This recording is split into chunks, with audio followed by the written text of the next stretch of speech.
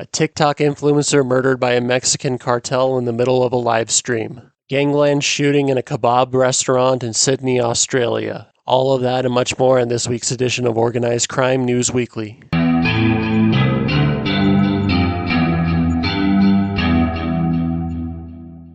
Welcome back to Organized Crime News Weekly. This is the weekly show where we discuss the goings-on in the global criminal underworld. Before I start, I just want to remind everyone to please like, share, and subscribe so we can help grow this channel.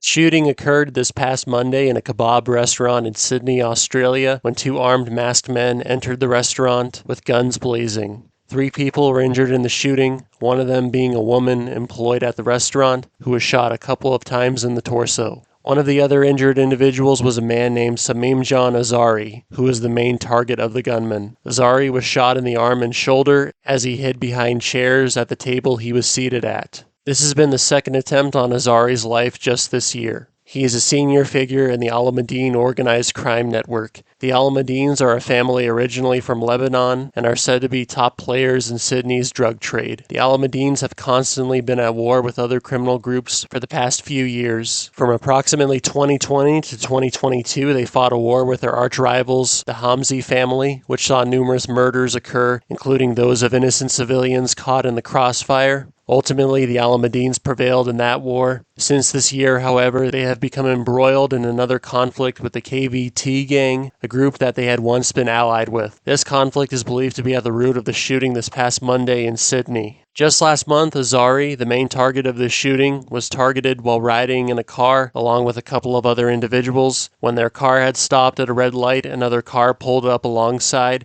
and riddled their car with bullets. Azari escaped without any injuries, but one of his key lieutenants, Dawood Zakaria, was killed after being shot in the head, along with a lawyer by the name of Silvan Singh being wounded in the shooting. This shooting led to the New South Wales police force creating Task Force Falcon, a group specifically designed to deal with gang violence. The Sydney underworld has also seen a great increase in the number of gang-related shootings in recent months. Just last month, an innocent man was killed in a targeted shooting due to a case of mistaken identity as he lived in the same neighborhood as a known organized crime figure. Civilians have increasingly become casualties in the war between Australian gangs. Samimjan Azari, the man who was targeted in this recent shooting in the kebab restaurant. He was lucky to survive this shooting and the one a month prior in which Dawood Zakaria was murdered. It remains to be seen if he will survive another attempt on his life, as his rivals from the KVT gang will most assuredly be trying to target him again, as gangs continue to fight for the Australian drug trade, which is said to be the most lucrative in the world. A man by the name of Michael Riley was arrested last Friday in Liverpool, England, for allegedly being the gunman in the double murder that occurred in Fingerola, Spain on May 31st, when members of the Scottish Lyons crime family, Ross Monaghan and Eddie Lyons Jr., were shot dead in an Irish pub after watching a soccer game. Riley is currently awaiting his extradition to Spain on these charges. Spanish authorities state that he fled to Portugal in the immediate aftermath of the shooting before returning to England via Leeds. Curiously, they also claim that Riley is a member of the Daniel crime family, the arch-rivals of the Lyons. Two families have been embroiled in conflict for the past 25 years, and the feud has recently reignited on the streets of Scotland,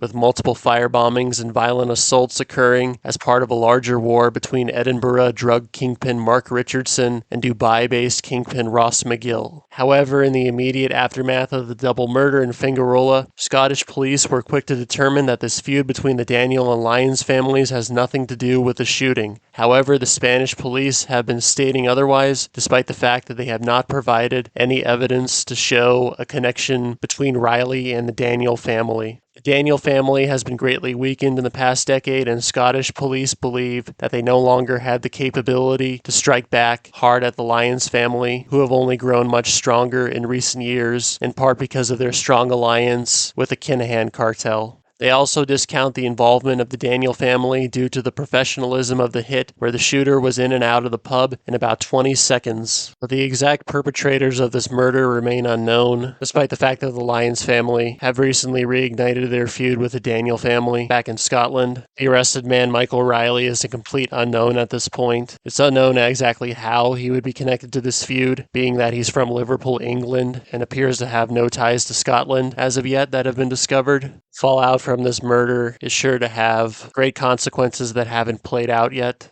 In the immediate aftermath of this shooting, it's said that several members of the Daniel family and close associates of Mark Richardson fled Scotland in fear of the reprisal that will be brought down on them by the Lyons family, despite the fact that there appears to be no evidence that they played any role in the murder of Ross Monaghan and Eddie Lyons Jr. But we shall see how this story plays out. I'm sure we'll find out more details as time goes by, but as of right now, this double murder that has caused great uproar, especially in Spain, remains shrouded in mystery, but it is pretty much guaranteed that this double murder will lead to more violence, whether it be in Spain or on the streets of Scotland. Going to Canada, police in the city of Peel in southern Ontario this past week announced the takedown of an organized crime ring involved in extortion and illegal activities involving the tow truck industry as part of Project Outsource, which was launched back in July of 2024. 67 arrest warrants were executed across the Greater Toronto area, and 20 individuals were arrested, along with items being seized, including multiple luxury vehicles, including a Lamborghini SUV worth $280,000 and a Mercedes G-Wagon worth about $500,000, 18 tow trucks worth about $2.8 million, 2 firearms, 586 rounds of ammunition, a crossbow, a taser, baseball bats, $45,000 in cash, and 2 bulletproof vests, with one of them having a patch on the front reading police. 97 charges have been laid against the suspects, which include charges of extortion, fraud, firearm-related offenses such as drive-by shootings, participating and instructing a criminal organization, and staging collision offenses. Most prominent of these individuals were the alleged ringleaders Paritosh Chopra and Inderjeet Dhami of Brampton. This group was allegedly responsible for multiple staged car collisions in which they netted $80,000 to $100,000 per crash from insurance companies. The group was tied to 2 tow truck companies, and they used violence and intimidation against their competitors in the form of drive-by shootings and arson. The charges of extortion relate to protection payments demanded primarily from South Asian business owners in the region who were threatened and subjected to drive-by shootings.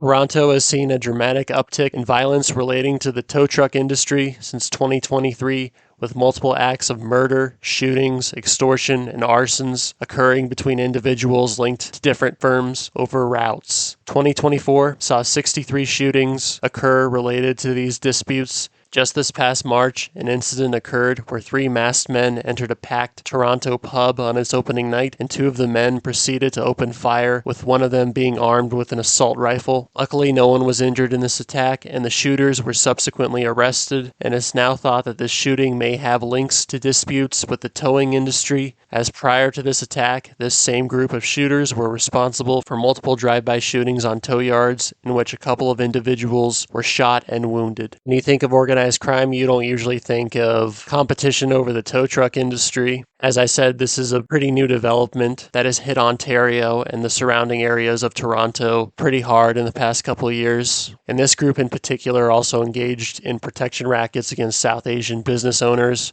Pretty much all the accused in this case are of South Asian descent. And extortion against South Asian business owners has been a big problem in recent years in Canada, not just in Ontario, but also in other provinces such as British Columbia and Alberta, with a lot of these extortions being coordinated by Indian organized crime groups based overseas. But it seems that the trend of violence relating to the tow truck industry and the extortion of South Asian business owners will only continue to grow as organized crime groups look to diversify, and the tow truck industry provides plenty of opportunity for criminals to ply their trade of extortion and violence to obtain the vast profits that are to be made from towing. On June 18th, the United States Treasury Department's Office of Foreign Assets Control, or OFAC, announced that it was placing sanctions on 5 leaders of the Jalisco New Generation Cartel, along with Nemesio Oseguera Cervantes, aka El Mencho, the top leader of the CJNG.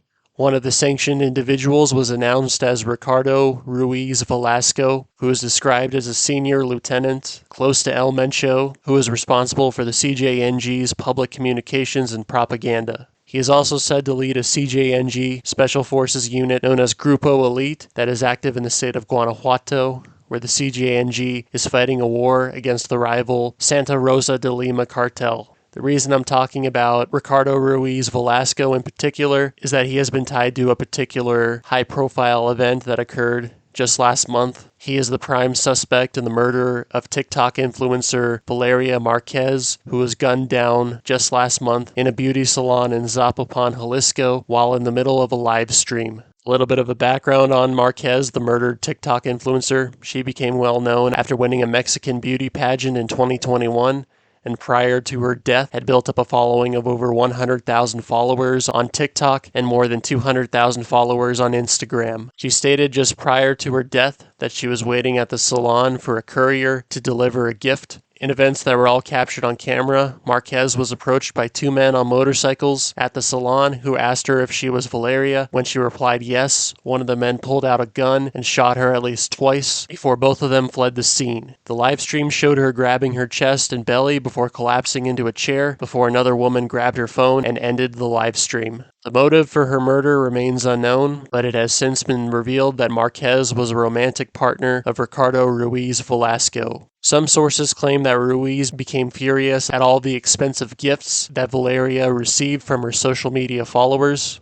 This is not the first time that Ruiz has been accused of murdering a woman. In the past, he has been linked to femicides going back to 2012 when he was suspected of being behind the murder of Venezuelan model Daisy Ferrer Arenas in Guadalajara. As well as that, he is also alleged to have participated in the 2017 execution of influencer Juan Luis Lagunos, who had insulted El Mencho. But Ruiz remains on the run. He continues to operate at the highest levels of the CJNG as it rapidly expands to the point now where it's said they have a presence in all 32 Mexican states. Brutal acts of violence carried out, such as the ones that Ruiz has been linked to. It remains to be seen if he will ever be brought to justice on these charges, as he continues to be at the head of the CJNG's brutal campaign to take total control over the Mexican drug trade.